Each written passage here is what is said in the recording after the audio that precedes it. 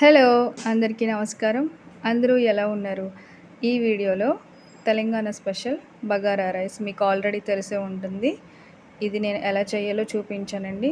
చాలా easy recipe, చాలా టేస్టీగా కూడా ఉంటుంది. మీకు నచ్చితే మీరు కూడా ఒకసారి ట్రై చేయండి.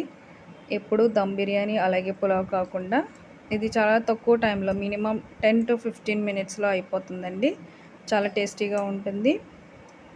ఈ రైస్‌కి కాంబినేషన్ వచ్చేసి చికెన్ కర్రీ కానీ, లేదంటే మటన్ కర్రీ, అలాగే వెజ్‌లో పొటాటో కర్రీ కానీ, లేదంటే వంకాయ కర్రీ ఉంటుంది కదండీ! మసాలా కర్రీ.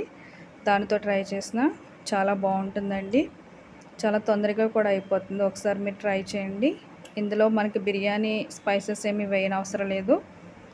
ఇలాచీ, అలాగే క్లోవ్స్, దాల్చిన చెక్క, జింజర్ గార్లిక్ పేస్ట్ ఇవి ఉంటే సరిపోతుంది.